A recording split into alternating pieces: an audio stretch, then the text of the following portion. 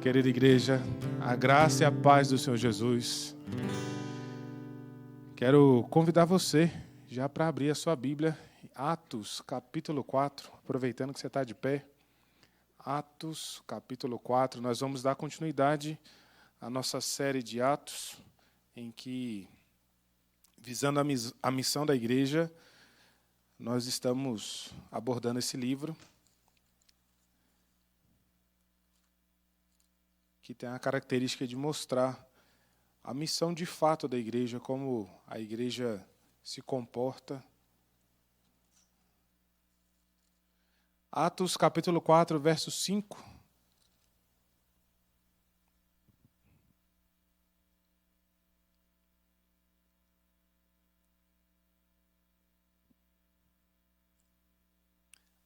Diz assim um texto, do verso 5 até o verso 22.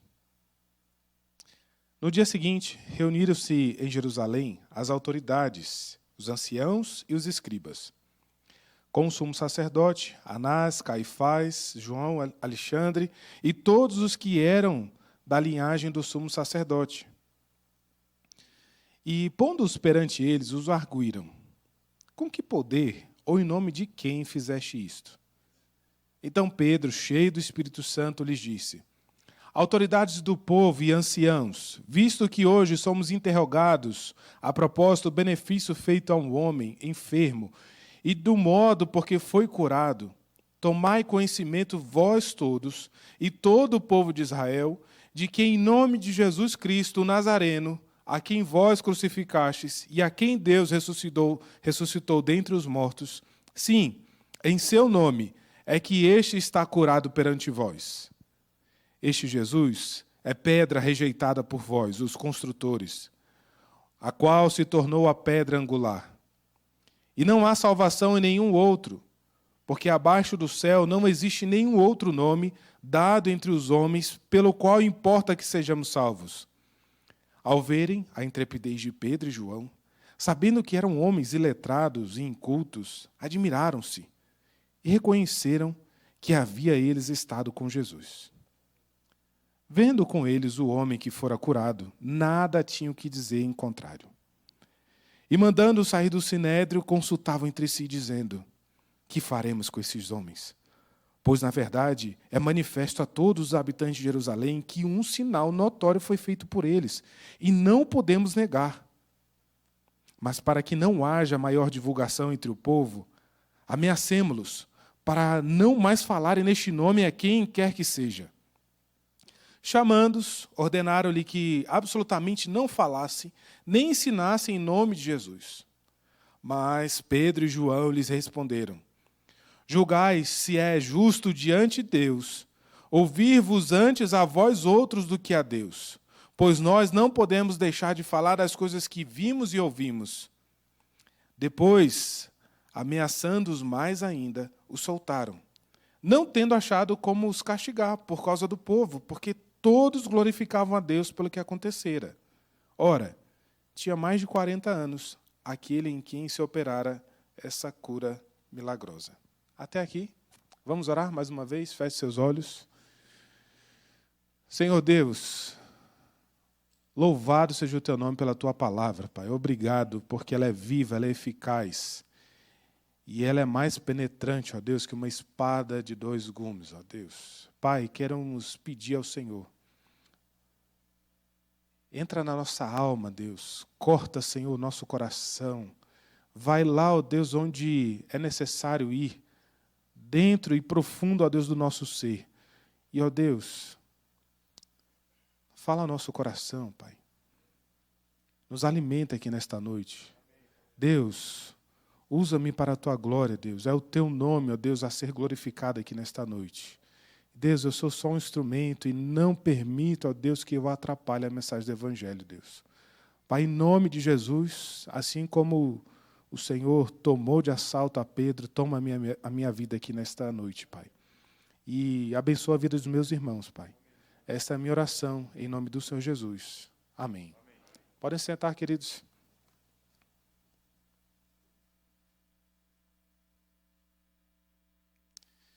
Então, como nós já vimos na semana passada, nós estamos aqui dando continuidade ao que foi relatado anteriormente. É uma sequência essa história. Pedro e João, eles estavam entrando no templo, tinha um homem aleijado, eles oraram e ali, em nome do Senhor Jesus, aquele homem foi curado. Então eles entraram no templo, adorando a Deus, saltando e glorificando, e todos admiraram. Pedro começa a pregar de forma ardente para aquele povo, cheio do Espírito Santo de Deus, falando ali da ressurreição, da doutrina da ressurreição, que o Senhor Jesus havia morrido, ressuscitado dentre os mortos. E isso gerou uma revolta para a liderança. E então, como nós finalizamos na semana passada, Pedro e João foram presos. Foram presos e lançados à prisão. E eis que agora nós temos um momento em que, antes de finalizar a pregação, os dois estão presos. E como já era tarde, já estava tarde ali, aquele momento em que eles foram presos, o julgamento aconteceu só no dia seguinte. Então nós chegamos na cena do julgamento, nós estamos aqui dentro de um tribunal, dentro de um julgamento de Pedro e João. E nós percebemos a forma afrontosa e rápida que a oposição ao Evangelho se levanta para interromper o bom andamento da igreja. Por conta do cenário e o que veremos, o tema da mensagem de hoje é como funciona a oposição ao Evangelho. Nós veremos por 3 pontos como funciona essa oposição ao Evangelho. E, em primeiro lugar, a oposição ao Evangelho funciona de modo intimidador. E eu peço que você olhe aí comigo no texto, não feche a sua Bíblia. Dos versos 5 ao 7 diz assim: No dia seguinte, reuniram-se em Jerusalém as autoridades, os anciãos e os escribas, com o sumo sacerdote Anás, Caifás, João, Alexandre e todos os que eram da linhagem do sumo sacerdote. E pondo-se perante eles, os arguíram: Com que poder ou em nome de quem fizestes isto? E aí eu tenho um primeiro detalhe interessante para a gente perceber, que Lucas, que é o autor do livro, ele não se interessa em, inicialmente, falar aqui da conversão, de como aqueles 2.000 que ouviram a palavra pregada, qual foi a situação deles. Então ele está dando ênfase aqui para o tribunal, para esse momento em que os dois estão ali presos na cadeia e eles serão julgados. Então a preocupação do autor é para que nós olhemos para essa situação e entendamos o que está acontecendo aqui com eles. Lembrando que a igreja ela era nova, ela estava ali nos seus momentos iniciais, e logo no seu momento inicial, ela está passando por uma perseguição extremamente pesada, uma situação de julgamento, em que 2 membros da igreja estão presos. E eles estão sendo submetidos a um julgamento. E não é qualquer julgamento. E por força de lei, o Sinédrio, que é composto pelas autoridades eclesiásticas do tempo, elas se reuniam sempre entre o momento do sacrifício da manhã e o sacrifício da tarde. Então, como já estava tarde, só no dia seguinte aconteceu esse julgamento. E, para entender melhor o que é o Sinédrio, eu preparei uma apresentação de slide para a gente entender de uma forma mais fácil o que estava acontecendo. Eu quero que você entre comigo nesse cenário do tribunal. Então, irmão, pode soltar aí o primeiro slide. Nós vemos aí que o Sinédrio... Apagou? Voltou. É a Suprema Corte do Tribunal dos Judeus. E ali eles julgavam causas religiosas e civis. E ele era composto por, no caso aqui, 71 pessoas. Na verdade, nesse julgamento nós temos mais de 70 pessoas. E dentre eles, os responsáveis pelo julgamento são os sacerdotes, os escribas e os anciãos. Quem são os sacerdotes? São os saduceus.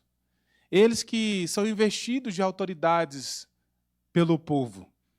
E é um grupo religioso que formava a maioria na administração do templo.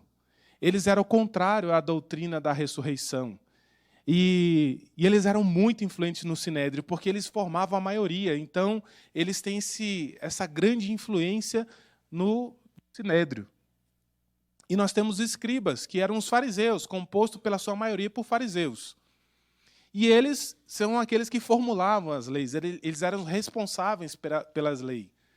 E eles são separados, o nome fariseu quer dizer isso, separados. São líderes religiosos, populares, que estavam no meio do povo, e ensinavam e interpretavam a lei de Moisés. Esses são aqueles que, o tempo inteiro no ministério de Jesus, estão atacando o Senhor Jesus. E o Senhor Jesus está chamando eles de hipócritas, de legalistas, por conta de que eles sabiam muito bem da lei, mas em coisas pessoais, na vida pessoal, de cuidar do seu próximo, cuidar dos seus pais, eles não exerciam a lei. Então, assim, para julgar as pessoas, eles eram hábeis, mas para aplicar na vida pessoal, eles tinham muita dificuldade. E os anciãos, que aqui essa palavra quer dizer presbíteros, que são os presbíteros que nós temos.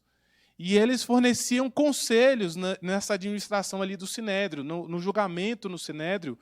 Eles são aqueles que fornecem os conselhos de como deveriam ser atribuídos ali as penalidades ou como seria julgado o caso em questão. E são homens mais velhos, que são os anciãos, são os mais velhos das comunidades, das famílias, com já experiência e tinham influência também na sociedade. E são esses homens que compõem o Sinédrio. No próximo slide, nós vamos ter a ideia de como estava posicionado esse julgamento. Nós temos ali o julgamento que é liderado por Anás, Caifás, e João e Alexandre. E nós temos 3 sumos sacerdotes, da linhagem do sumo sacerdote, que geralmente, em um julgamento, somente um sumo sacerdote representava ali. Mas, nesse caso específico, nós temos 3 sumos sacerdotes liderando esse momento, e temos, de um lado, ali 35 sacerdotes, escribas e anciãos, do outro, mais sacerdotes, escribas e anciãos, um total de 70, que era o número composto para formar o Sinédrio, e no meio, Pedro e João, e o homem que foi curado ali, que estava ali presente. E é interessante que Anás, ele era da linhagem sacerdotal, ele quis participar desse momento, mas ele não era o titular, não era o sumo sacerdote titular. Ele já havia sido deposto há 10 anos pelo governador Valério. Mas ele quis estar ali presente. E por que isso tudo, irmãos? Não sei se vocês estão pegando a ideia, mas como a pressão está grande ali. São 3 autoridades, sumos sacerdotes presentes, mais 70 homens presentes, para julgar 2 homens, por terem falado no templo. Por que essa pressão tão grande? Lembra que, algumas semanas atrás, deste evento, eles estavam julgando outra pessoa. O mesmo Sinédrio, eles estavam julgando o Senhor Jesus. No próximo slide, eu trouxe uma imagem só para a gente ter uma ideia visual para ajudar na sua mente como seria essa reunião. É lógico que aí está resumido, mas só de anciãos, de sacerdotes, de escribas, tinha ali um número de 70 homens. E eles ficavam ali no meio, sendo interrogados, sendo arguidos do que havia acontecido. Então, pode tirar aí, irmão, para o pessoal voltar aqui. Eram muitos homens reunidos em um julgamento contra Pedro e João, que naquele momento representava a igreja que estava sendo submetida a uma perseguição extremamente religiosa. E nós temos o fato também que os homens têm esse ar de intimidação a esses 2 homens. Quando eles reúnem todo esse tribunal, é para intimidar esses 2 homens. É para trazer um ar de intimidação de que todo o complô está armado ali para pegar aqueles 2. E eles não teriam saída, possivelmente. Então, tem esse ar de intimidação por conta de suprimir a proclamação do evangelho que estava sendo feita. E não é por coincidência que esses homens estão todos ali reunidos. Eles estão ali inflamados pela ira, por conta do nome do Senhor Jesus, que havia sido julgado por eles semanas atrás, pelo mesmo Sinédrio. E percebam, o Sinédrio quer saber de informações que muitos deles já tinham ouvido, pois eles estavam lá no templo. Eles não estão questionando a doutrina da ressurreição. A pergunta deles é que eles fazem, com que poder ou em nome de quem fizeste isto? Eles não estão questionando o que de fato eles eram contra, que era a doutrina da ressurreição, ou então pela autoridade que eles tinham para falar em público. Porque até então eles não tinham sido convidados nem autorizados para falar dentro do templo. Mas eles estavam fazendo. E não é isso que está sendo questionado. Mas olha qual é a questão deles. Em nome de quem ou com que poder vocês fizeram isso? As autoridades estão incomodadas com o nome que está ressurgindo com força no meio deles. O nome de Jesus. E isso está trazendo incômodo para as autoridades. A intenção das autoridades é penalizar os discípulos por falarem de Jesus, por citarem a autoridade de Jesus. Pouco importa se uma vida foi transformada. E ele estava ali presente, aquele homem. O ódio é pelo nome de Jesus.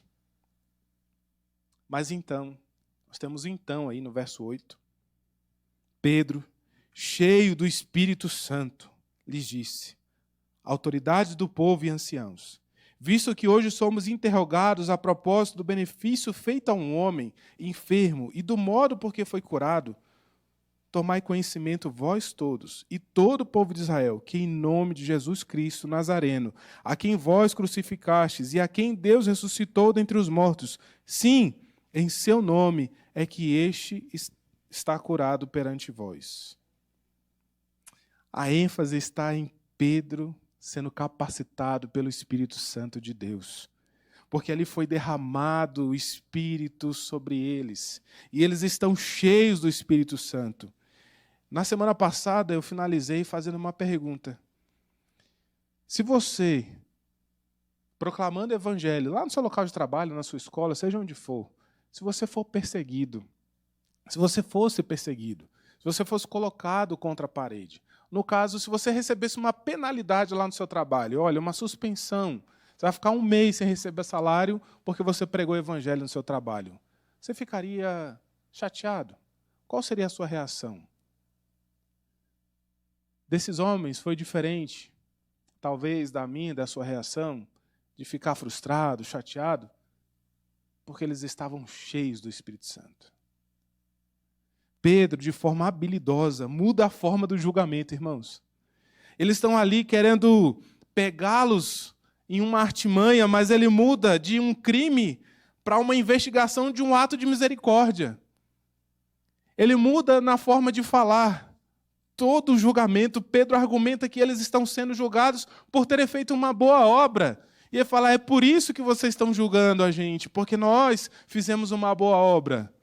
Então Pedro relata para o mesmo Sinédrio que condenou o Senhor Jesus, que aquele homem foi curado em nome do Senhor Jesus,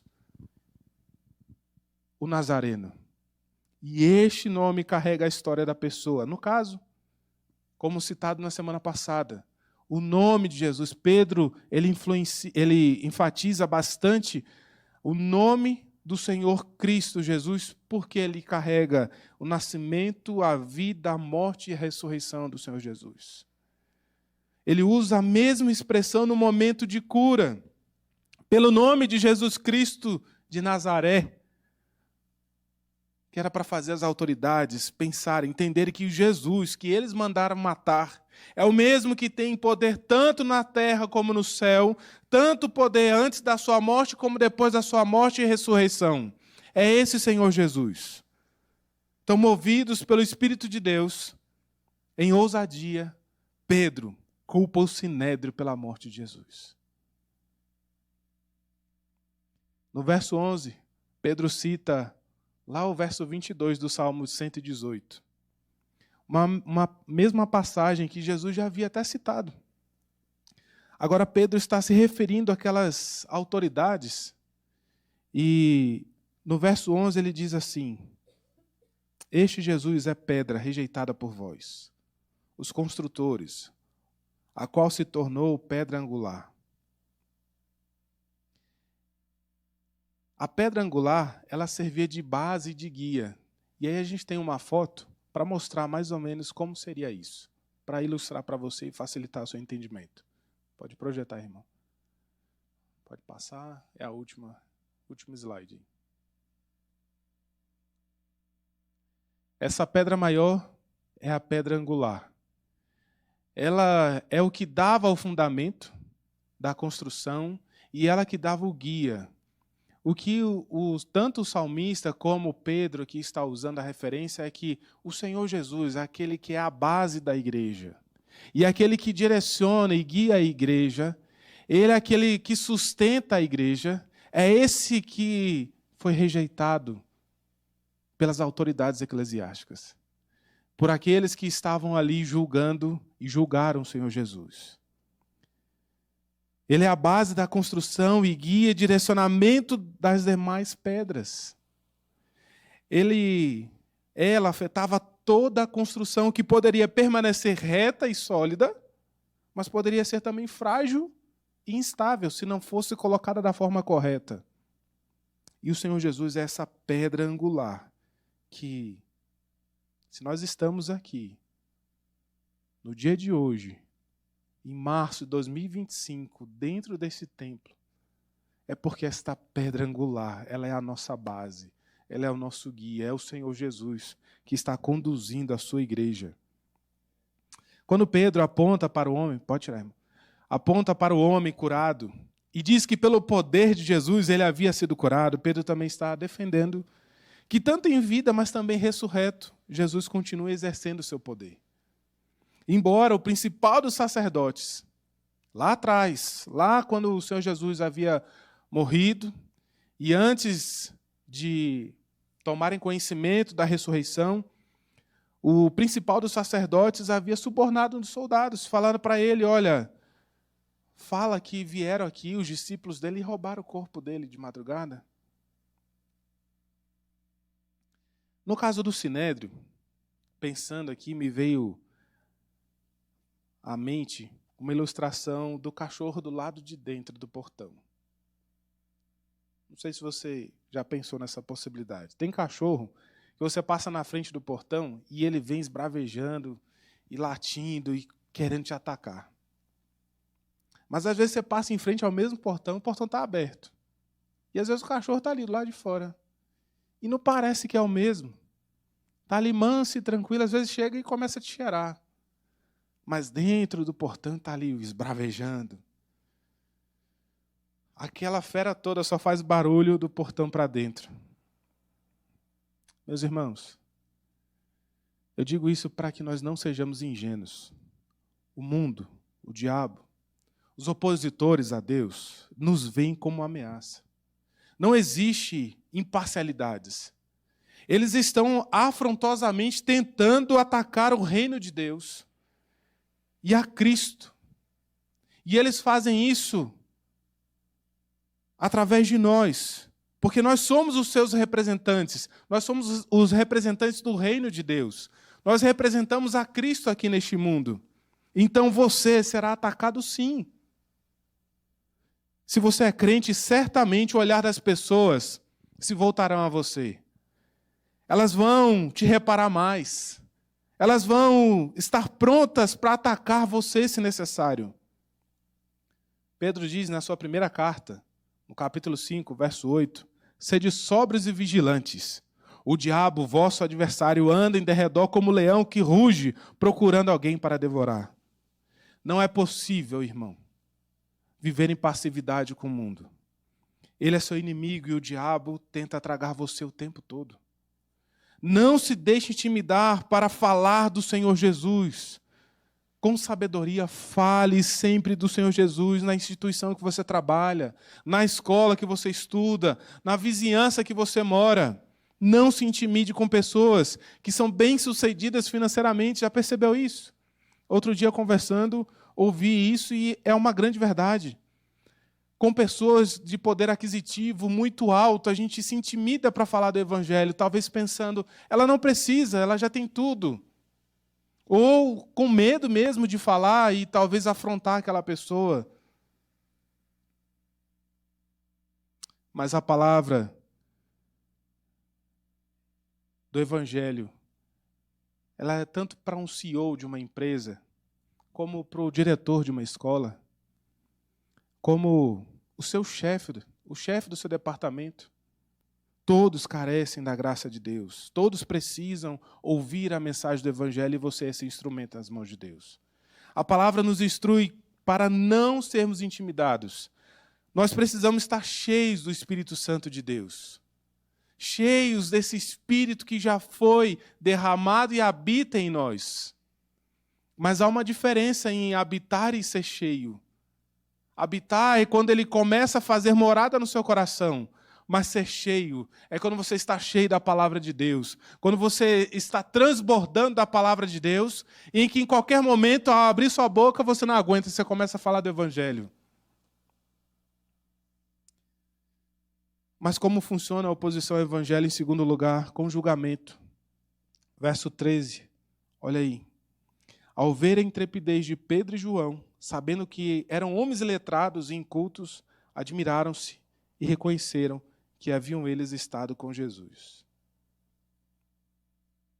Com julgamento, aqui é um pré-julgamento daqueles que estão julgando. O Sinédrio encontra-se perplexo pela forma ousada que Pedro e João estão ali se portando no julgamento. Possivelmente eles tentavam pegar e condenar dois iletrados. Eles estavam ali com essa perspectiva.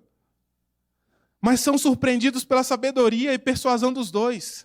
Ao mesmo tempo, eles começam a reconhecer que estes homens tinham estado com Jesus porque a forma com que eles falavam e se defendiam era muito parecida. Pedro e João tinham por profissão ser pescador. E lá em Mateus 4,18, Lucas 5, de 1 a 11, nós vemos esse relato, que eram dois pescadores.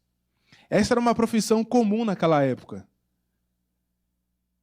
Especialmente para quem vivia em volta ali do Mar da Galileia. Uma profissão que sempre exigiu muita força física, muito esforço, paciência, conhecimento sobre o clima. Entretanto, não tinha muito prestígio no meio da sociedade. Não estava entre as piores das profissões, mas também não estava entre as melhores. E exigia daquele que trabalhava com isso força física, não tanto conhecimento. Portanto, o Sinédrio tem um pré-julgamento desses dois homens, como pessoas sem conhecimento e desprovidos de sabedoria. E eles ficam surpresos pelas palavras de Pedro e a forma com que ele fala. Na história da igreja, irmãos, os crentes sempre foram tidos como pessoas desprovidas de conhecimento. Para bom entendedor, o povo achava que o crente era burro. Porque aparentava que eles não tinham conhecimento. Havia essa imagem pejorativa, e ainda há um pouquinho, resquício disso até os dias de hoje. O cenário talvez mudou um pouco, infelizmente virou comum ser evangélico. Você sabe disso. Nós temos pessoas que se dizem crentes hoje e não conhecem do Evangelho. Por isso temos crentes no nosso meio que dizem, eu não falo que eu sou evangélico, eu sou protestante. Para fazer uma diferenciação até entre os crentes. Meus irmãos, o mundo já tem um julgamento a seu respeito. Se você é crente, ele já te julgou. Quando você fala que é crente, já vem a imagem, talvez ali, de uma pessoa, ou de cenas ruins a seu respeito, de como e a quem você serve, a que povo você pertence. Lembro-me que uma vez eu trabalhei para um senhor e ele não gostava de crente. Eu fui contratado, na primeira entrevista ali a gente conversou, ele gostou, me contratou e não foi necessário falar que era crente, mas fui trabalhar e aí com o tempo, uns 2 semanas eu descobri que ele não gostava de crente porque ele me percebeu e falou assim: você é crente? Eu falei: sou. Eu odeio crente. A resposta dele foi direta na minha cara: eu odeio crente. E a gente já tinha uma relação boa, profissional ali, a gente conversava bastante. E aí eu pensei na hora, falei: já era. O relacionamento aqui acabou agora. E eu falei: e agora? Eu falei: o senhor vai começar a não gostar de mim, então? Aí ele: rapaz, para mim agora você mudou no meu conceito. Eu achava que você era uma pessoa inteligente. Eu falei: ixi. Eu falei: vou ser demitido. E aí, eu falei: não vou forçar a barra com ele não, agora não, porque eu já vi que a resistência está grande. E a gente continuou mantendo uma relação profissional ali bem superficial, mas com o tempo eu vi que ele foi cedendo. E a gente ia conversando. Uns 2 meses, ele abriu o jogo e me contou qual era a situação, porque ele odiava crente. Um caso da família, não vou contar aqui, mas um caso da família que pessoas que se diziam crentes. E eu sei que, depois disso, eu tive a oportunidade de pregar para ele o Evangelho. E a gente ficou mais próximos. Nós tivemos mais facilidade nas conversas. Meu irmão, você já é julgado pelo mundo. Os ateus nos acham ignorantes. Outros nos acham intolerantes. Outros nos veem como uns à toa da vida. O verso 14 vai nos ajudar na aplicação de como fazer diante do julgamento do mundo. Vendo com eles o homem que fora curado, nada tinham que dizer em contrário. Então, para aplicação à nossa vida, tenha uma reputação ilibada.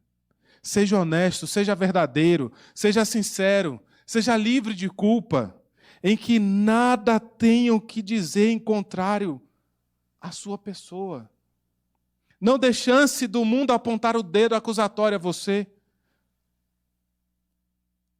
Hoje, infelizmente, saiu mais uma notícia de um pastor que foi afastado do ministério. Irmãos, tenhamos cuidado com as nossas ações. Se você errar, esteja pronto para se arrepender e pedir perdão. Não deixe que o mundo aponte ou encontre algo na sua vida que faça vergonha ao Evangelho. Imagine você, alguém do seu trabalho, descobrir que você está discipulando alguém aqui da igreja. E talvez pensar de você, mas ele discipulando alguém, ele tentando ensinar alguém o que deve fazer, como seguir a Jesus? Ele que chega atrasado todos os dias e sai cedo sem falar nada? Não permita que a sua vida te impeça de pregar o Evangelho, meu irmão. Não permita que as suas ações te impeçam de pregar o Evangelho. E em terceiro lugar, a oposição, a pregação do Evangelho, ela intimida, ela julga, mas ela também conspira. Nos versos 15 a 17 diz assim: e mandando sair do sinédrio, consultavam entre si, dizendo: que faremos com estes homens? Pois, na verdade, é manifesto a todos os habitantes de Jerusalém que um sinal notório foi feito por eles e não podemos negar.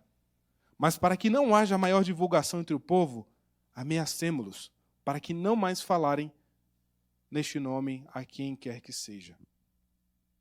Neste momento, o sinédrio faz uma pausa aqui no julgamento. Vamos fazer um intervalo. Não tem o que julgar, vamos fazer aqui um intervalo. Colocam eles para fora, os 3. E aqui, só um parênteses, eu fico pensando a cabeça do homem que foi curado. Que ele está lá, ele não está sendo acusado, mas ele está lá como testemunha. E ele tá falando, eu fico pensando assim, tentei me colocar no lugar dele. Falei, imagina, Pedro e João sendo julgados, ele lá sentado do lado. Estão falando de mim e eu não posso falar nada. Bom, voltando aqui. É um recesso para que eles possam discutir. Colocam os 3 para fora e eles vão discutir o processo. Falam, olha, realmente não tem nada para a gente acusar eles. E é verdade, o homem foi curado, está aí. A prova é ele está aqui no nosso meio. O que a gente faz agora? Porque a gente não pode deixar eles continuarem falando do Senhor Jesus. Como não havia do que acusá-los, então eles conspiraram e planejam ameaças contra eles. Devemos levar em consideração que nós estamos falando do tribunal que naquela época era o maior tribunal que existia para o judeu. Eles tinham poder para mantê-los presos. Mais uma vez o Sinédrio estava corrompido para tramar contra alguém, assim como eles tinham feito contra o justo de Deus, o Senhor Jesus. Um tribunal desorientado e sem parcialidade. A sessão foi interrompida para que eles pudessem se reunir a portas fechadas e tomar uma decisão de tentar culpar aqueles dois. A conclusão do tribunal é que não podemos negar o que aconteceu. O milagre está aí. Mas para impedir que isso se espalhe, o Sinédrio então tentava intimidar Pedro e João, para que não divulgasse o que havia acontecido. Chama eles e fala, não tem do que culpar mais, não é para vocês falarem mais.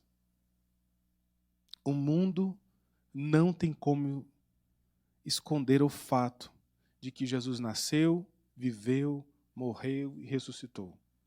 É fato histórico, é verídico. Está ali, todos veem. A história conta isso. O mundo também não pode esconder como uma nova criatura nasceu. Um velho homem morreu e um novo nasceu. E isso eu estou dizendo de você. Você deve ser a prova viva disto no mundo. O milagre aconteceu e é a sua vida. Quem você era como velho homem e quem você é hoje como novo homem na presença de Deus. Hoje as pessoas devem admirar em como você é uma nova pessoa, que foi transformada da água para o vinho. Aquele que vivia entregue ao pecado, cobiçando mulheres dos outros, sonegando imposto, palavreado ofensivo. Agora é uma pessoa mansa, humilde, respeitosa, que não rouba, mas que abençoa o necessitado. O que tem prazer na lei de Deus e vive constantemente tendo prazer na lei de Deus. Meu irmão, não caia na cilada do mundo. Não caia na cilada de Satanás. Não caia no erro de se envolver com outra mulher que não é a sua. Pois é isso que o mundo está tentando armar para você, conspirar contra você. Não caia no erro de fraudar uma declaração do imposto de renda, porque é isso que o mundo está tentando conspirar contra você. Dá a César o que é de César. Não caia no erro em colar numa prova, porque é isso que o mundo está conspirando contra você. Já ouviu falar do peixe diabo negro? Esse é o nome dele, diabo negro. Ele é um que aparece em alguns desenhos, algumas ilustrações. Ele tem uma antena no seu rosto, que aponta para frente, e na pontinha tem uma luzinha, um órgão que emite uma luminosidade. E ele mora lá nas profundezas do oceano. E ele acende essa luzinha, começa a piscar e a balançar. Os outros peixes, atraídos pela luzinha, vão em direção. Só vem a luzinha, balançando, achando que é um peixe. E quando eles se aproximam, ele ataca. E abocanha com seus dentes gigantes a sua presa. Não seja ingênuo. As pessoas podem e vão armar ciladas para te testar, para pegar você em infidelidade a Deus. Mas como viver então?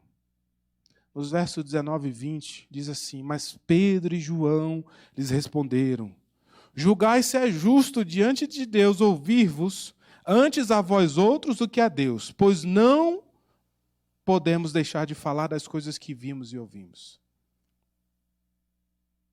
Seja firme, meu irmão.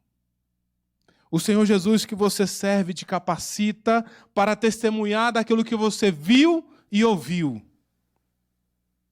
É por Ele que você consegue dizer não ao pecado. É nele que você consegue amar a lei de Deus. É nele que não há nenhuma condenação sobre você. É no Senhor Jesus. E concluindo, a oposição à pregação do Evangelho tenta te intimidar, mas você está cheio do Espírito Santo. A oposição à pregação do Evangelho tenta te julgar, mas em Cristo não há nenhuma condenação para você. A oposição à pregação do Evangelho tenta conspirar contra você,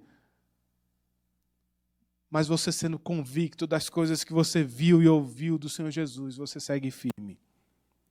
Se você passar por momentos difíceis, quero te chamar para uma perspectiva bíblica diferente. De ter prazer na injustiça e no sofrimento. É isso mesmo. Ter prazer na injustiça e no sofrimento.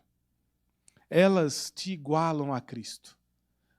A injustiça e o sofrimento vão te igualar a Cristo, no sentido em que você se parece mais com o Senhor Jesus, naquilo que Ele sofreu, naquilo que Ele passou. Ele sim foi injustiçado. Ele sim sofreu. E para nós deve ser um privilégio sofrer e ser injustiçado pelo nome dEle. Por mais estranho que possa parecer, mas deve ser um privilégio para mim e para você. Vamos orar?